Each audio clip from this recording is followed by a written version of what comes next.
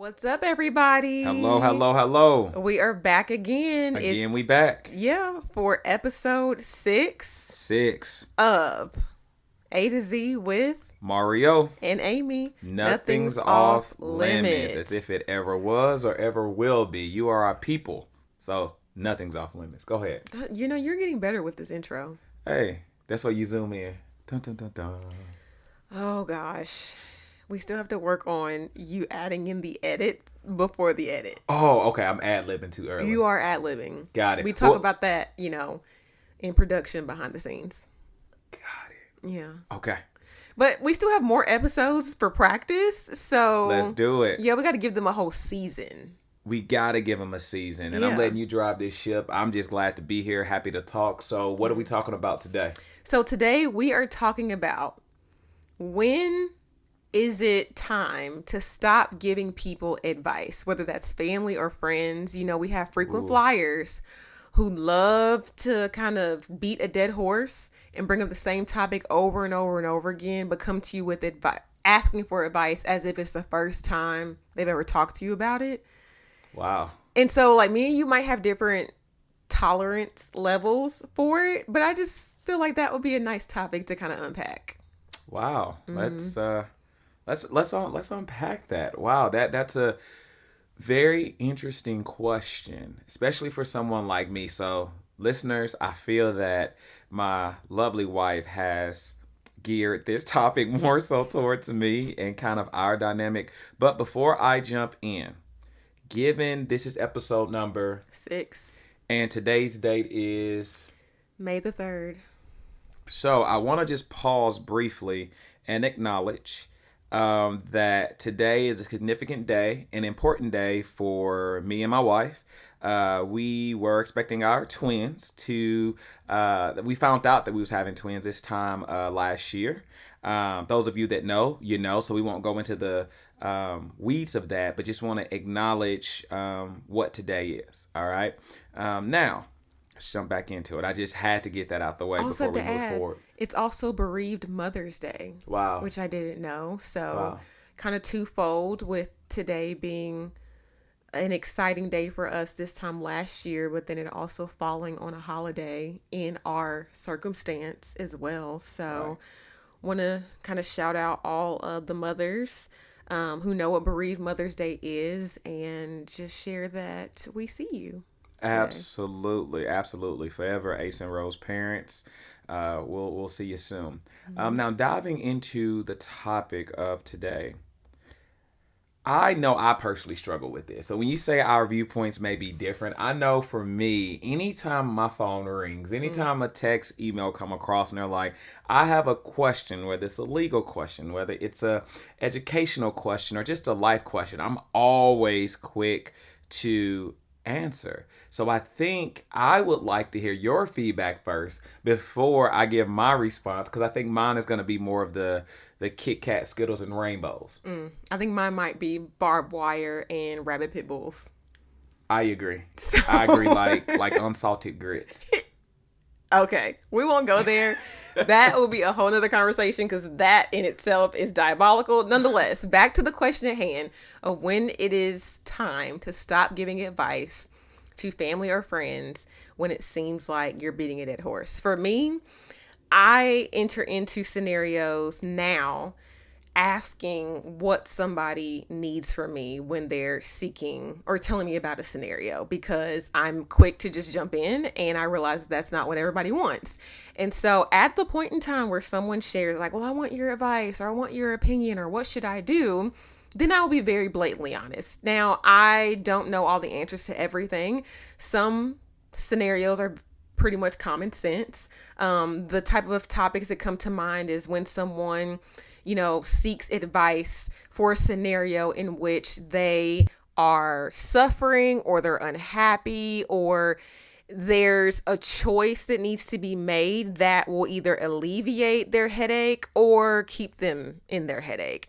And so in those scenarios, I give about 2 times tops. Wow. For me to have this conversation with someone. And I say 2 because the first time around, there's a lot of adjustment. And a person, has to decide, do I want to take this advice? Do I want to just throw it in the trash, continue what I'm doing? And so that's a personal time for them to make a choice. But then if we fast forward and we have this conversation again and the dynamics have not improved and maybe they've worsened and there hasn't been a clear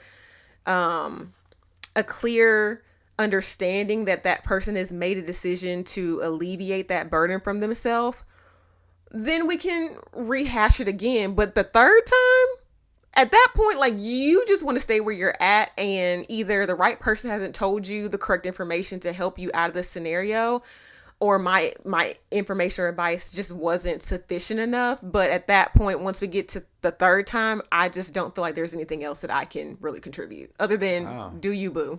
Wow. Boo, you do. Yeah. All right. So I beg to differ. Whoo. I beg to differ because I think everyone's understanding is different. I believe people listen, right? My mother used to say this thing all the time. You're listening, but it's going through one ear and out the other. Mm-hmm. So oftentimes I believe people come seeking advice, but they seek advice already having an answer in mind. Mm-hmm. So anytime you give advice and it goes against the answer in which they had in mind, then it's going to require them to go through some things related to this decision before they circle back and be like, wait, what did you say again? Mm-hmm. What does this mean? When it comes to me and giving advice, if I was to break it out, if it comes to friendship advice, I'm very mindful there because I believe for me, there's different levels and types of advice in which you can give. When it comes to friendship advice, you got to be careful there. It's a very slippery slope. I've seen where friends want advice, then you give it and it's like, oh, the heck you're talking about. I'm mad. I'm angry. So I have to catch myself because I'm very much a person that tends to be a straight shooter. If you ask, you shall receive. But I'm not the best at checking how that message is delivered. I feel like you know what you get with me. I want you to shoot it straight to me, so I expect that reciprocation. But that's not always welcome nor appreciated. Mm-hmm. Then you fast forward to the family advice. Oh, man, I think that's the biggest one for me. When it comes to family, the phone never stops. The advice never stops because I ultimately feel like there is something owed. There's additional grace that should be given to family members. But I will say, to highlight something you said, at some point, you got to rip the Band-Aid off. At some point, you got to let the car crash, even though you've told them to put on a seatbelt. And they've just over and over decided not to do it.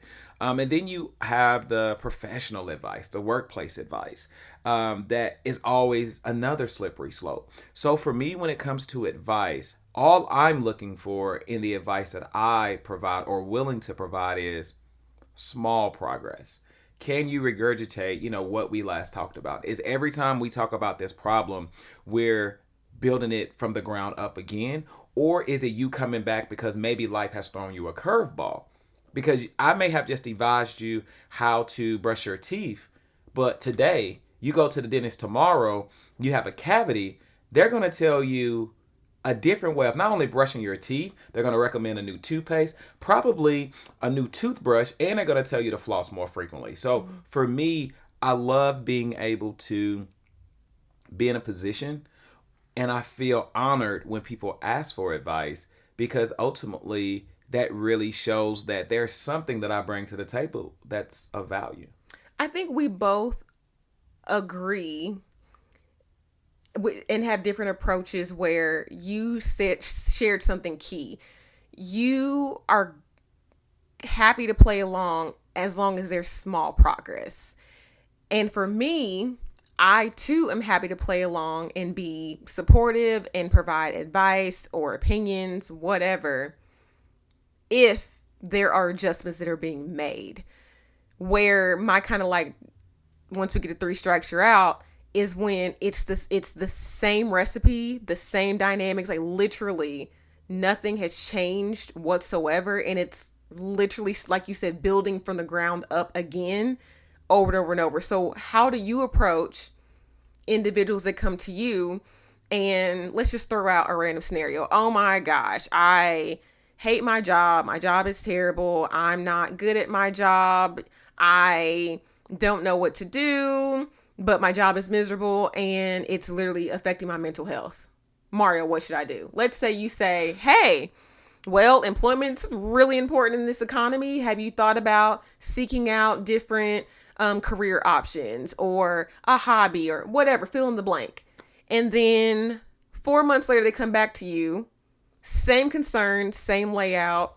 They didn't look into new opportunities. Like, they just didn't do anything. They just sat and just expected something to appear out of thin air. Your advice went in one ear out the other, but they come to you with the same gripes, the same opinions, and this has happened 2, 3, 4, 5 times. Well, I think we got to dissect that, right? We got to look at the audience and the person that we're talking about. Remember on our earlier episode, we talked about friendships, and I shared that it costs too much to be someone's friend. So there's only a handful that can honestly say, Mario's my friend. There's only a handful that I can say, that's my friend. Not because they're not great people out there, not because I don't consider myself a friendly person, but it costs too much to be someone's friend. Because if I'm your friend, I'm going to be with you whether you make progress, whether you don't make progress, or what have you. Now, if we fast forward to being a family member that's running into that situation, I'm always going to be your brother, your uncle, a dad, whatever the case may be. But to something that you said, 4 months come down the line, me personally, I would hope that I was doing some check-ins along the way to see where you making that progress. But then something that you have even taught me is that you got to have those stern conversations. We had a conversation earlier today where I wanted to go one direction based on a lot of the things that were being asked, and you reeled it in and said, no, let your no be your no. And that's where I believe we find a lot of balance is that oftentimes my no is never really my no. My no is like no for now, because I get so wrapped up in the person that's seeking advice. Their problem becomes my problem. So I definitely agree with you when you say we look at it differently, but it's really the same. We both are willing to give help, but it's putting those controls in place as it relates to when is enough enough. And I personally think for me, it would start with, are you just taking or are you giving as well? That would be an immediate factor to me if I keep giving that advice. If it's being reciprocated where I can come to you and it's not always me, here's what I need. If I can't squeeze in, man, it was a tough day in law today, or it was a tough day at the gig, and you don't just blow past that, you ask and you try to pour back into me, then I'm a bit more patient. But if you're not doing that, then I believe those barriers come up. What I also will say is, for the most part, I'm a big believer people know what to do.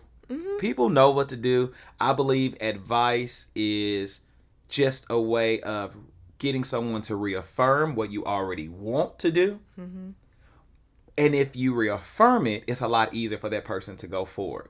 But when you disaffirm or disagree with that feedback, that's when that advice situation comes back tenfold. I really do believe that. I think all advice is something where someone is just reaching out to say, I trust you. Please tell me what I'm feeling, what I'm doing is correct. As long as you say it's correct, you won't hear from them again. The minute you say it's wrong, or maybe you should try this, then that's where you hear from a bit more frequently. Yeah.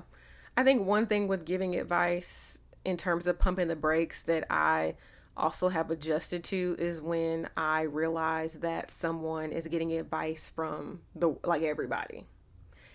And it doesn't matter what their relationship is with the person. Like, they just want to talk to any and everybody, and they've had the conversation 20 times in one day with 20 different people. And I think I'm slower in those scenarios, especially if someone is forthcoming, like, yeah, I talked to my mom and my cousin and my boyfriend and my coworker and because that's a lot for a person to sort through. And ultimately, maybe this is me putting too much responsibility on the other person. Is like, at the end of the day, advice is just that. It's just advice. It's opinion. But there has to get to a point to where that person can stand on their own 2 feet and just make a decision and stand by it. And I never want to be the 1000th person who's given advice and that person doesn't have an opportunity to pause and sit with themselves and figure out, like, what do I personally want to do? Contrary to what anybody has said or the 1,000 opinions that I have, probably there's similarities if that individual were to merge all of them or dissect it. And so sometimes I kind of take a step back and I'm like, oh, okay, so what did so and so, and I turn it back on them of like, well, what is it that you want to do? Like, where is your head at? Like, what have you unpacked, and what are some things that you're trying to navigate? So it's less about the ingredients that I'm depositing into their recipe and more about them trying to figure out like what they want the end product to be. That's a great narrative you painted there. But what I will say is that more times than not, everyone, when someone calls for advice, what's the first thing you do? What's the first thing you do? It depends on the person.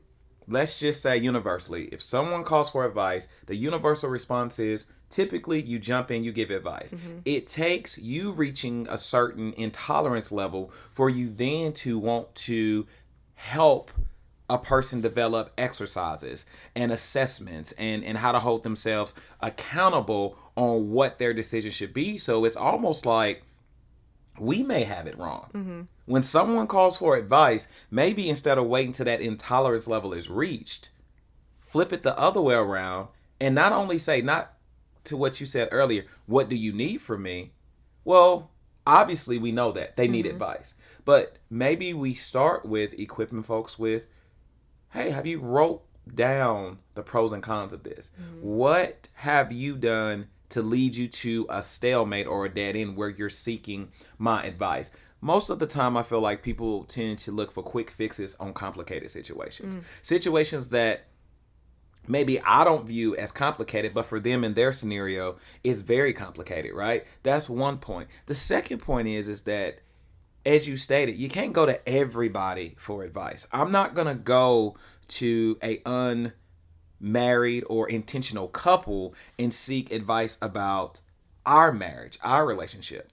I'm not going to go to a nurse and ask for lawyering advice. The same way I don't expect a heart surgeon to come to me as a lawyer and say, how do I operate on this heart? So it's one of those things, too, that I think when individuals are reaching out for advice, we have to do a better job of saying, I don't have anything. And not feel less than a friend. And hopefully the person that's asking for the advice doesn't feel as if, oh, so you're not my friend. Oh, you don't care. No, I care and I love you enough to say, I don't have any advice in this situation. You would be better making a U-turn and checking your surrounding circle. And that circle, at least in my opinion, I always not only keep a small circle, as I alluded to earlier, I always keep a circle that is multifaceted. And I always keep a circle of everyone that is striving or above the level in which I'm at in all phases, whether it's financial, whether it's married life, or what have you. So I think a lot of times when people come and want advice, I'm very quick to say, what does your circle look like? Because you can't keep coming back to the same person, or what you alluded to earlier. I'm saying the same thing. At some point, I'm just like, no, I agree with that. But at some point, it's like I have to start questioning the person. What does your circle look like? Have you expanded that circle? Are you looking for a yes? If you're looking for a yes going into asking me for advice, then I'd much rather you just say, hey, Mario, I'm calling you for advice, but I want you to say yes to whatever it is. Those are my thoughts. Wow. Well, for once, I don't have a rebuttal. Wow. This is where you cue the dun dun dun dun, or the cricket sounds. Or go. No, that wasn't a cricket moment. That wasn't a cricket moment. No. All right. I just think we both have very strong approaches to it. I think, something that came to mind when I thought about this topic is like, man, like I think a lot of times people kind of hold themselves captive to scenarios that they could probably navigate out of if they made choices and spent a little less time worrying about getting the right answers from the right people or the answer that they want from people. And sometimes it just does take action and Wow, movement. that's a bar. That's a And ultimately, I get to a point to where I don't want to be the one wanting something for someone else more than they want it for themselves. And sometimes those frequent flyer conversations with individuals, like, man, like at some point I got to take a step back because I'm wanting this for you so bad. I'm wanting there to be a pivot, but for some reason your advice is just falling flat. And so it kind of gets just a little disappointing. So Wow. You hit on two great points. I'll go in reverse. The disappointing piece. I'm very cautious of when I give advice, it's just advice. The outcome the decision that the person that's seeking the advice has, I disassociate from. So I never feel as if I've ever gave bad advice. I never feel as if I ever gave great advice. I don't measure my advice on the outcomes of the person, right? I measure my advice in that moment. Am I speaking my truth based on the fact pattern, based on what I know, right? The other side of that is I don't believe anyone gives advice knowing that they're right. I don't believe advice there's ever a right answer. It reminds me of a book that I read when I was in law school, and it was like I don't remember the title verbatim, but it was along the lines of more ways to get to yes, right? So me losing a trial, yeah, I may have lost a trial, but was that deal better for my client than what it would have been if I would have? Obviously, if I would have won, they would have got off. But if I wasn't there, would the consequences have been a lot worse than us just losing? How did we lose, right? There's more ways than losing, which reminds me of another book. Tyrese wrote this one, How to Get Out of Your Own Way. I remember reading that one as well. So I think when giving advice, a good tactic for anyone is never to feel as if you have to give the right answer. You are not going to know, but also feel empowered to say, I'm here for you, but I cannot be here for you and give you advice. I can just only be a listening ear. And more times than not, I believe that's what I offer is just, all right, lay it on me. All right, what's your response? I don't have one. I just want you to create a space where you can get that off, and let's dissect the parts where I can help. But ultimately, I want to encourage you and say, you make the final decision. And the last point, obviously, I believe when it comes to giving advice is reinforcing and promoting that person, as you mentioned, make the decision. You can do it. You definitely can do it. It won't be me. It's not my situation. So you still have to make the decision irrespective of whatever I tell you. Wow. All right. That concludes Already? episode 6. Yeah. Wow. We're here for a good time, not I a had long more. time. Well, we'll just have to save that for another episode. Sounds good. Wow. Thank you, everyone, for tuning in and listening. Again, we are internally grateful for you. Click like, subscribe, comment. Let us hear from you. What do you believe are the constraints, restraints, or the ups and downs of giving advice? Again, this is A to Z with Mario. And Amy. Nothing's off limits. See you guys.